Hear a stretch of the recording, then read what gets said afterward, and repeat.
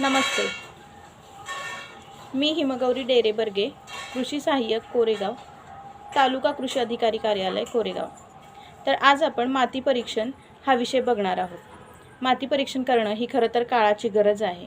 आणि माती परीक्षण म्हणजे तरी काय, तर आपल्या मातीच्याच अंगभूत असलेले रासायनिक आणि जैविकांचे विश्लेषण करायचं म्हणजेच मातीचं परीक्षण करायचं.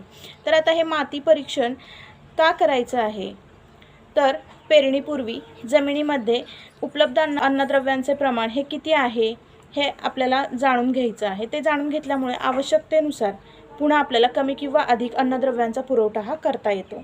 फळझाडांची जर लागवड करायची असेल तर आपली जमीन ही त्या फळझाडांसाठी योग्य आहे की नाही हे तपासण्यासाठी सुद्धा आपण माती परीक्षण करणं गरजेचं आहे. आणि सगळ्यात महत्त्वाचं म्हणजे आपल्या जमिनीचं आरोग्य हे कसं आहे हे पाहण्यासाठी आपल्याला माती परीक्षण करणं हे गरजेचंच आहे.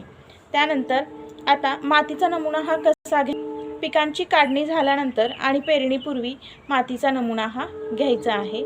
त्यानंतर शेतात उभे पीक जर असेल तर 2 ओळींच्या मधील नमुना आपल्याला हा गोळा करायचा आहे. त्यानंतर जेव्हा आपण सेंद्रिय किंवा रासायनिक खतं देतो तर सेंद्रिय खतं दिल्यानंतर 3 महिन्यांनी आणि रासायनिक खतं दिल्यानंतर 2 महिन्यांनी मातीचा नमुना आपल्याला काढायचा आहे. जमिनीचा मातीचा रंग, खोली, पोत आणि उतार याच्या प्रमाणानुसारच आपण प्रत्येक विभागातून स्वतंत्र मातीचा नमुना हा गोळा करायचा आहे.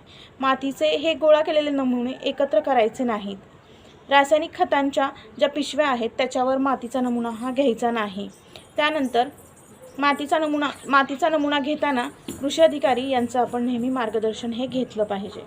आता मातीचा नमुना हा कोणत्या ठिकाणाहून घ्यायचा नाही, आपल्या शेतात कोणत्या जागेतून मातीचा नमुना गोळा करायचा नाही, तर जिथे जनावरे बसण्याची जागा आहे किंवा कचरा टाकण्याची जागा आहे, उकिरंडा आहे, झाडाखालची जमीन आहे, विहीर आणि बांधाजवळची जागा आहे, दलदलीची जागा आहे, तर या सर्व ठिकाणावरून आपण मातीचा नमुना हा घ्यायचा नाही. आता मातीचा नमुना हा कसा घ्यायचा आहे हे पाहूया आपण. तर मगाशी सांगितल्याप्रमाणेच मातीचा रंग, उतार, खोली, पोत याच्याप्रमाणेच प्रत्येक विभागातून स्वतंत्र मातीचा नमुना हा आपण घ्यायचा आहे. जमिनीच्या पृष्ठभागावरून जो काही काडी कचरा, दगड, गोटे आहेत बाजूला सारून घ्यायचे आहेत. त्यानंतर ते सारल्यानंतर आपल्याला इथं फावडं लागणार आहे. हे फावड्याचा वापर कसा करायचा आहे, तर जमिनीत आपण या बाजूने फावडं मारल्यानंतर त्याच्या विरुद्ध बाजूने पुन्हा एक म्हणजे हा व्ही आकाराचा जो असा हे आहे खड्डा आहे तो जमिनीत आपला हा व्ही आकार तयार झाल्यानंतर त्या खड्ड्यातली माती हे आपण काढून टाकायची आहे. एका बाजूकडची जी व्ही आकाराची खड्डा घेतल्यानंतर एका बाजूचा हे जे 2 ते 3 सेंटीमीटर जाडीचा जो थर आहे तो वरून खालपर्यंत आपण खुरप्याच्या सहाय्याने किंवा लाकडी खुंटीच्या सहाय्याने वरून खालपर्यंत हा पूर्ण असा खरडून घ्यायचा आहे. आणि ती माती आपण गोळा करून घमेल्यामध्ये घ्यायची आहे. साधारणतः एका एकरामधून 7 ते 8 ठिकाणाहून अशी माती आपल्याला गोळा करायची आहे. तर हे मातीचे स्पॉट म्हणजे जे ठिकाण आहेत तर हे आपल्याला झिगझॅग पद्धतीनं म्हणजेच नागमोडी वळणाने घ्यायचे आहेत. तर ते मी आत्ता चित्रात इथं दाखवलेलं आहे त्याप्रमाणे आपण ते झिगझॅग पद्धतीने तिथे मातीचे नमुने हे गोळा करायचे आहेत. हे मातीचे नमुने आपण गोळा केल्यानंतर झिगझॅग पद्धतीने मातीचे नमुने गोळा करायचे आहेत. जर उभ्या पिकातला आपल्याला मातीचा नमुना घ्यायचा असेल तर आपल्याला अगारचा वापर करायचा आहे. 2 ओळींमधली आपल्याला उभ्या पिकातल्या 2 ओळींमधली माती घ्यायची आहे. तर ते अगर आहे ते वापरताना आपल्याला ते फिरवून जमिनीमध्ये बसवायचं आहे. आणि त्याच्यामध्ये जे प्रत्येक माती जमिनीचे जे थर आहे त्या प्रत्येक थरातील माती त्या आगारमध्ये खाली बसली जाते. मात्र ज्यावेळी आगार आपल्याला वर घ्यायचं आहे त्यावेळी आपल्याला ते पटकन उपसून वर घ्यायचं आहे, ते फिरवून वर घ्यायचं नाही, जेणेकरून प्रत्येक थरातील माती त्या आगारामध्ये आपल्याला वर निघून येईल. त्यानंतर आपण साधारणतः हंगामी पिकांसाठी मातीचा नमुना घेताना खड्ड्याचा आकार किती घ्यायचा आहे, तर हंगामी पिकासाठी आपल्याला 20 सेंटीमीटर म्हणजे साधारणतः एक विधभरच मातीचा खड्डा करायचा आहे. त्यानंतर आपल्याला ऊस किंवा जर कापूस पिकासाठी मातीचा नमुना घ्यायचा आहे तर 30 सेंटीमीटर म्हणजे साधारणतः 1 फूटभर खड्डा घ्यायचा आहे. आणि ज्यावेळी फळझाडांसाठी आपल्याला मातीचा नमुना घ्यायचा असतो त्यावेळी 100 सेंटीमीटर, परंतु हा घेताना आपल्याला त्याचे 3 भाग करायचे. 0 ते 30 सेंटीमीटरचा एक थर, 30 ते 31 ते 60 सेंटीमीटर आणि 61 ते 90 अशा 3 थरातली प्रत्येक खोलीसाठी आपल्याला वेगवेगळा हा मातीचा नमुना हा घ्यायचा आहे. ह्या सर्व थरातली माती घेतल्यानंतर आपण वर्तमानपत्रावर किंवा गोणपाटावर ती माती गोल पसरवून घ्यायचं आहे. त्याचे 4 समान भाग करायचे आहेत. हातानेच उभी आणि आडवी रेघ मारल्यानंतर 1 2 3 4 असे त्याचे 4 समान भाग केल्यानंतर 3 1 आणि 3 हे 2 भाग विरुद्ध भाग आहेत ते बाजूला काढून ठेवायचे आहेत आणि ते राहिलेल्या 2 आणि 4 एकत्र मिसळवायचे आहेत. परत त्याचे गोल आकार करून पुन्हा त्याचे 4 भाग करायचे आहेत. पुन्हा त्याचे 2 आणि 4 हे भाग काढायचे आणि 1 आणि 3 भाग मिसळायचा आहे.